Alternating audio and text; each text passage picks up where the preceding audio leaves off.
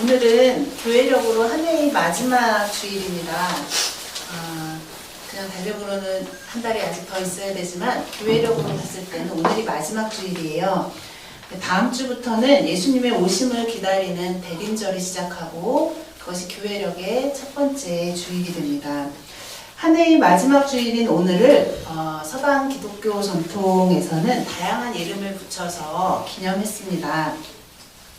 가톨릭이나 성공회 교회는 오늘을 왕이신 그리스도 주일이라고 부르기도 했고, 독일의 루터 교회 같은 경우에는 오늘을 영원의 주일 또는 죽은 자들의 주일이라는 이름을 붙여서 기념했습니다.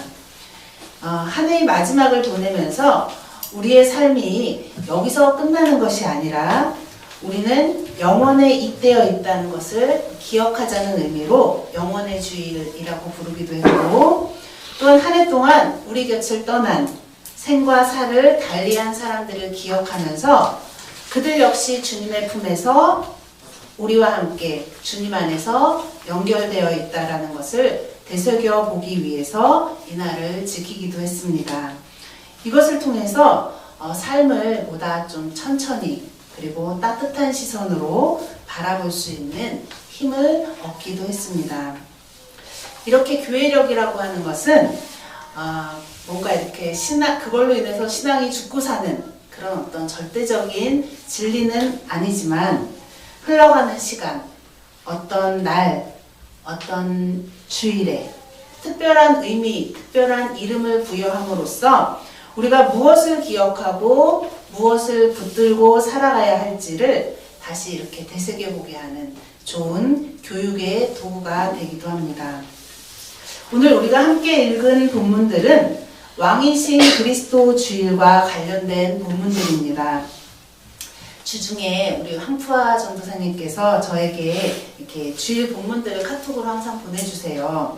근데 이번에는 본문과 함께 이런 덧붙임이 왔어요. 참고로 이번 주일은 왕이신 그리스도 주일입니다. 이런 말이 온 거예요. 그래서 이걸 보면서 황 전도사님이 일을 참 꼼꼼하게 하시는구나 라는 생각도 했지만 동시에 나보고 이 주제를 가지고 설교하라는 말씀이구나 라는 어떤 무언의 압력을 갖지 않을 수 없었습니다. 근데 막상 말씀을 준비하려고 보니 설교의 주제와 맥락을 잡는 게 쉽지 않았습니다. 왜냐하면 제가 이렇게 딱히 봉건시대를 경험한 것도 아니고 게다가 사극도 굉장히 좋아하는데 이상하게 왕이라는 이미지를 가지고 예수님을 이렇게 설명하고 같이 나누는 게 쉽지 않더라고요. 아마도 언제부턴가 가지게 된 그 왕이라는 이미지가 가지는 어떤 위계와 권력의 어떤 그런 상징 이런 것들에 대한 거부감이 제 안에 조금 있었던 것 같습니다. 게다가 하나님을 왕으로 선포하고 해석하는 일은 굳이 내가 하지 않아도 이미 충분히 넘쳐나고 있는데, 그리고 예수님께서 가지고 계신 다른 상징들을 가지고도 나는 계속해서 맑은 샘에서 물을 마실 수 있는데, 이런 생각이 마음에 좀 있었던 것 같습니다. 그래서 나아가서 예수님을 뺏삼아서 자기 스스로 제왕적 권위를 누리고 있는 오늘날 세상에 많은 어떤 종교와 종교 지도자들의 모습이 겹쳤던 것도 사실입니다. 곰곰이 이런 생각과 싸우고 있을 때 문득 옛날의 어떤 하나의 경험이 떠올랐습니다. 제가 독일에서 한인교회를 다니고 있었는데요. 한인교회는 그 당시 독일교회 사람들이 주일날 예배를 드리고 비키면 그 자리에 들어가서 이렇게 예배를 드리는 형태로 진행이 됐어요. 그래서 독일교회 일정이 다 끝날 때까지 기다리면 보통 한 4시나 5시 돼야 예배를 드릴 수가 있게 됩니다. 근데 독일의 겨울은 한 4시쯤 되면 해가 다 져서 깜깜하거든요. 보통 성도님들은 집에서 출발하는 시간이 이미 해진 시간에 출발해서 예배를 드리게 됩니다. 교회도 굉장히 크고 웅장해요. 천정도 똑같고 그리고 다양한 벽화와 이런 것들이 교회를 구성하고 있죠. 근데 제가 다니던 교회의 제단은 둥글게 생긴 그 천장이 있었어요. 그리고 그 천장 위에 예수님 그림이 커다랗게 벽화로 그려져 있었습니다. 이 벽화 속에는 예수님이 그 한 손에 보좌에 앉으셔서 왕을 상징하는 보좌에 앉으셔서 한 손에는 알파와 오메가가 적힌 어떤 지구 모양의 동그란 걸 들고 계시고 다른 한 손으로는 십자가가 박힌 십자가 자국이 있는 손 그대로를 세상을 향해서 이렇게 펼쳐 들고 계시는 그런 모습으로 이렇게 탁 앉은 채 이렇게 계시는 그런 모습이 있습니다. 어둑어둑 겨울이 되어서 날이 저문 상태에서 이렇게 예배를 드리기 위해서 교회당에 이렇게 앉아 있으면 어두운 불빛 아래 보이는 예배당 천장 위에 예수님이 한층 더 묵직하게 이렇게 우리들을 보고 계시는 그런 느낌이 들었습니다. 어느 날 우리 교회에 그 당시 유학생의 아버지신데 목사님이셨어요. 굉장히 단정한 모습의 어떤 시골 목사님이셨는데 이 목사님께서 이제 설교에 초청받아서 말씀을 전하실 기회가 있었습니다. 근데 목사님께서 처음에 올라가서 하시는 말씀이 지금 굉장히 자신의 머릿속이 아득해졌다라는 거예요. 그래서 왜 그런 거 봤더니 설교를 하기 위해서 살짝 긴장된 마음으로 예배당 맨 앞자리에 이렇게 앉아있다가 무심코 이렇게 고개를 들어서 제단을 쳐다봤는데 천장 벽화 속에서 예수님께서 크고 준엄한 모습으로 탁 잠잠하여라 하시는 것 같다는 거였어요. 목사님이 유학생들도 많고 그리고 오래전에 한국을 떠난 교민들도 많고 게다가 이제 거기에 아들도 있으니 뭔가 이렇게 좀 잘하고 싶은 마음도 좀 이리저리 들떠 있었는데 그림 속에 예수님이 들뜬 자신의 마음을 아시고 꾸짖으시면서 힘을 빼라 하시는 말씀으로 하시는 것만 같았다라는 겁니다. 그리고 이 목사님이 그 말씀 이후에 무슨 말씀을 더 하셨는지 저는 지금은 기억을 못하지만 그러나 그 잠잠하라 하고 느끼셨다라는 그 목사님의 그 느낌이 이후에 저에게도 좀 많이 남아있어서 여러 가지 복잡한 생활, 복잡한 생각 이런 거 들곤 할 때 주일에 이렇게 예배당 앞에 앉으면 저에게도 잠잠하라 하시는 것 같아서 때로는 회개도 하고 때로는 위로도 받고 뭐가 이렇게 복잡할 이유가 뭐가 있어 하는 위로도 받고 그랬던 것 같습니다. 잠잠하라. 어쩌면 왕이신 예수님을 기억한다라는 것은 그 앞에서 우리의 모든 욕망과 기대로 들끓었던 마음을 내려놓아라 하는 의미가 아닐까 그런 생각이 들었습니다. 교회력으로 마지막 주일을 보내면서 한 해 동안 우리들을 감싸고 에워싸고 지나갔던 다양한 사건과 경험들 속에서 과연 우리에게 무엇이 정말 우선시 되었었는지 고요하게 되돌아보는 시간이 오늘이 아닐까 싶습니다. 먹고 사는 문제, 우리의 생각과 기준에 따라서 꼭 필요한 일이라고 생각하고 붙들고 골몰해왔던 문제들, 그리고 때로는 개인적이고 이기적인 또는 세상적인 욕망들로 들끓었던 우리 삶의 모든 순간들을 왕이신 예수님 앞에 내려놓고 잠잠히 자신을 돌아보는 날, 그것이 왕 대신 그리스도 주일, 오늘의 의미가 아닐까 싶습니다.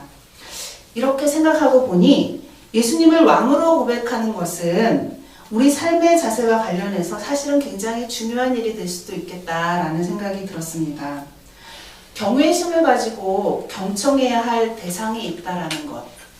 우리가 요즘 사실은 그렇게 남의 얘기를 경청하지도 않을 뿐만 아니라 경외심을 갖기가 쉽지가 않지요.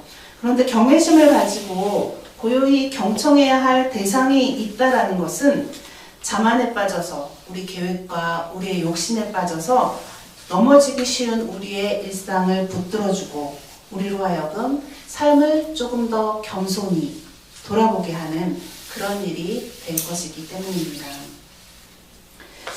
그렇다면 이제 오늘 본문 성서 일과의 편집자는 오늘 본문을 통해서 우리에게 어떤 왕의 모습을, 그리스도의 어떤 왕의 모습을 보여주고자 했는지 생각하지 않을 수 없습니다. 말씀을 보면서 저는 두 가지 의미에서 이 성서일과 편집자가 두 가지 의미에서 아마 우리에게 그리스도가 왕이시다라는 것을 보여주고자 했던 게 아닐까 생각했습니다. 첫 번째로는 그리스도를 왕으로 드러내는 첫 번째의 본문은 오늘 골로새서 1장의 말씀입니다. 골로새서 1장 15절에서 20절까지 이 말씀은 아마 신앙생활을 좀 하셨던 분들은 굉장히 익숙한 말씀이실 거예요. 사실은 성경이 세번역으로 바뀌고 뭐 개역개정되고 막 이러면서 제가 어렸을 때 막 외우고 즐겨 이렇게 입에서 줄줄줄줄 나왔었던 그런 게 더 이상은 사실은 안 돼요. 막 주기도문도 뒤죽박죽대로 헷갈리듯이 말씀도 요즘은 이게 줄줄줄줄 그게 잘 안 되더라고요. 근데 이 골로새서 1장 15절에서 20절의 말씀은 그리스도 창가라는 제목으로 유명한 말씀입니다. 초기 기독교인들이 이 창가를 우리가 마치 이제 사도신경이나 뭐 또는 찬송가를 부르듯이 이 창가를 예배의 의식문으로 사용했다고 합니다. 근데 이 골로새서에 나타나는 빌립보서에도 그리스도 창가가 있죠. 그는 하나님의 형체이시고 잠깐만요. 괜히 시작했습니다. 우리 갑자기 생각이 났네.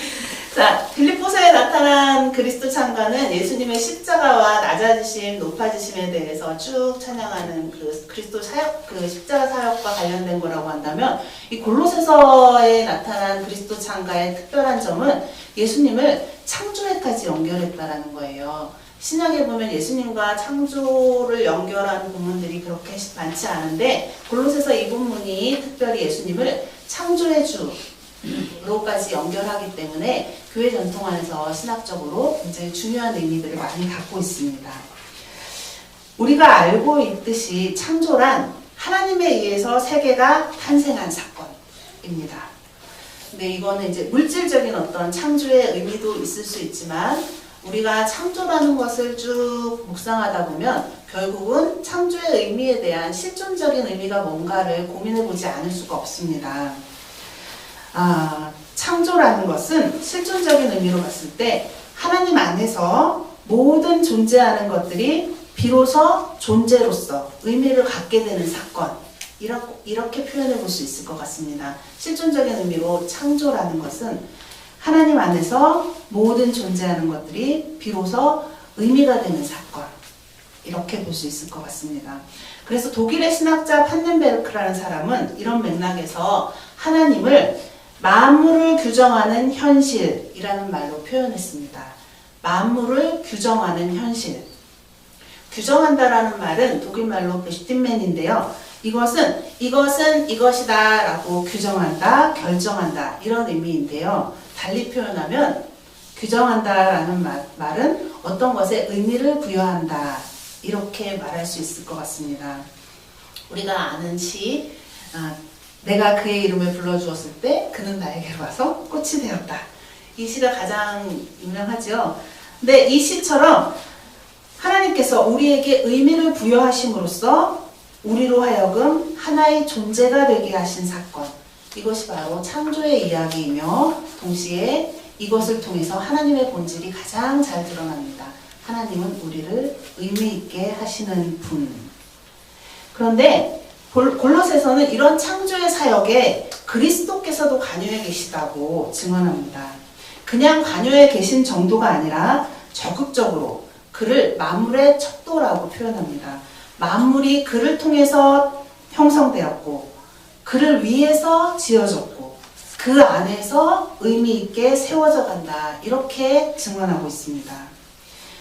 이것은 그리스도의 만물과 관련된 그리스도의 신적이고 왕적인 위상을 드러내는 본문입니다.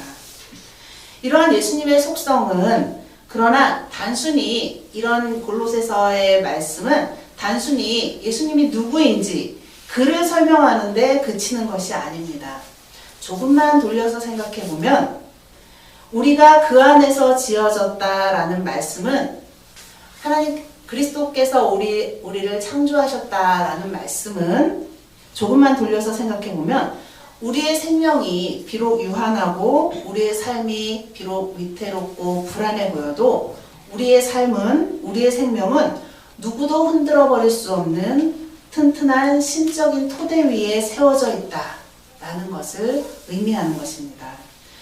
그가 우리를 창조하셨다라는 것은 우리가 든든한 존재의 기반을 갖고 있다라는 의미입니다.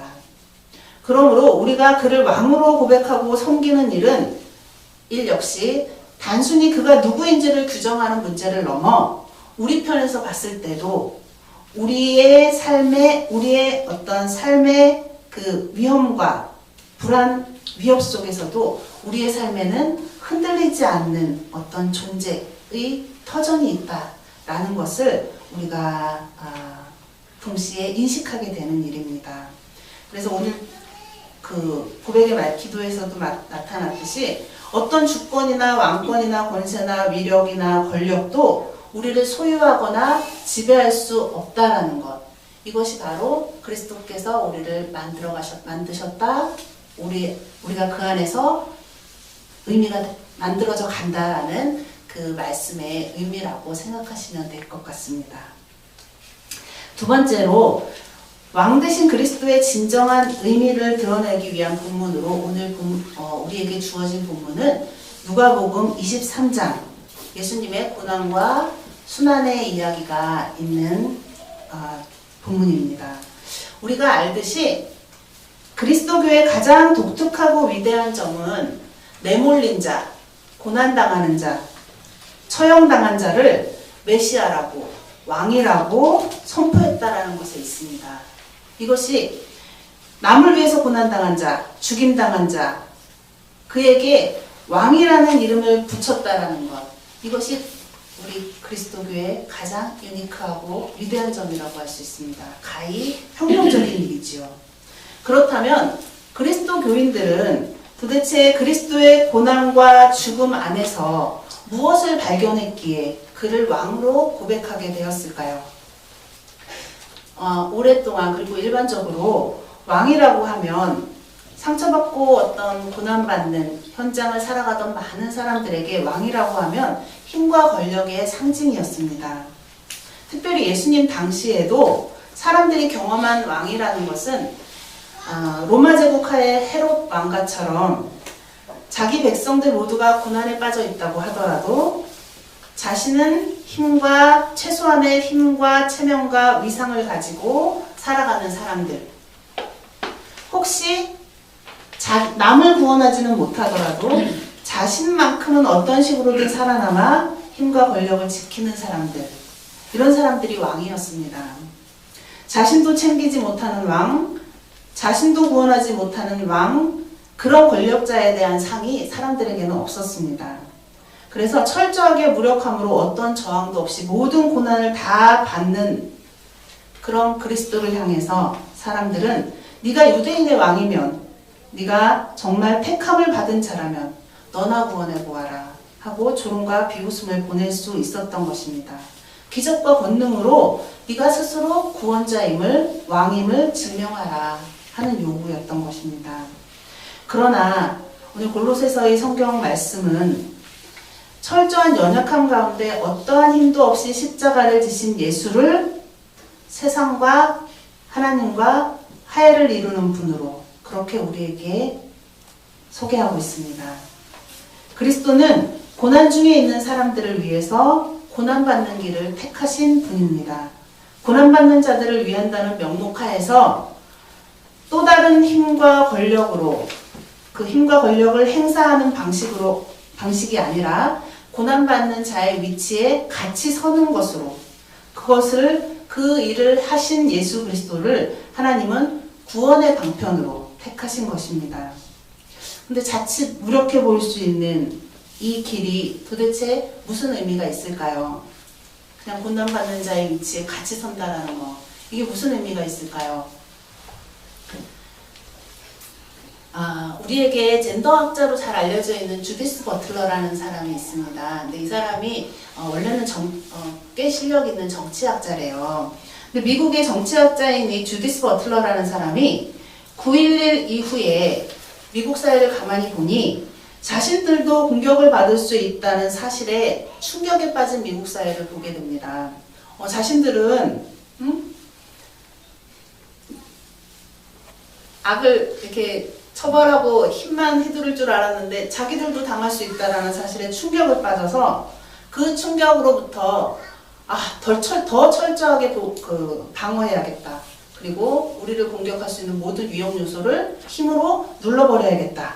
이렇게 시도하는 그런 미국 사회를 보면서 도대체 주디스 버틀러는 이렇게 서로 상처 주고 상처받음의 악순환 속에서 이것을 끊고 그것을 극복하고 우리가 구원받을 수 있는 방법은 뭘까 고민했다는 겁니다.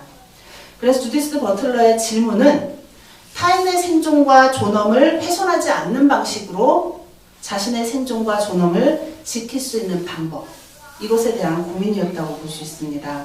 그것은 다른 권위나 권력을 탄생시키지 않는 방식으로 폭력에 저항하는 방식에 대한 고민이었습니다. 그리고 그가 제안한 것은 인간은 본질적으로 관계성 안에 있는 존재들이기 때문에 누구라도 언제든지 상처받을 수 있다는 사실을 우리의 보편성으로 다 같이 인정하자라는 것이었습니다. 제가 우리 세민족교회 와서 처음 설교했을 때 정체성에 대한 이야기를 했었는데요. 그때 하나님의 정체성에 대해서도 하나님은 우리 기존의 초월적인 존재라고 생각하였지만 하나님은 육신을 입으시고 세상에 오셨다. 성육신하신 하나님이 의미하는 것은 그가 자신을 초월적인 존재로 남겨두지 않고 관계성 안으로 들어오셨다라는 의미라고 말씀드린 적이 있습니다. 그가 관계성 안으로 들어오셨다라는 것은 누군가 관계를 맺는다, 상처받을 수 있음을 전제하고 있습니다.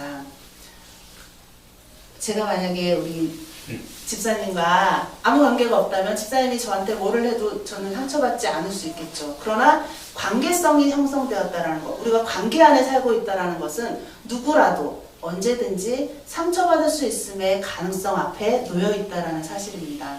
문제는 어느 누구도 근데 관계성을 피해서 살아갈 수 없다라는 거죠. 그래서 모든 사람들은 상처받을 수 있는 취약함을 우리 공동으로 갖고 있다라는 겁니다. 주디스 버틀러는 이것을 우리가 인정함으로부터 이 폭력과 이런 문제들을 해결해보자 이렇게 제안합니다.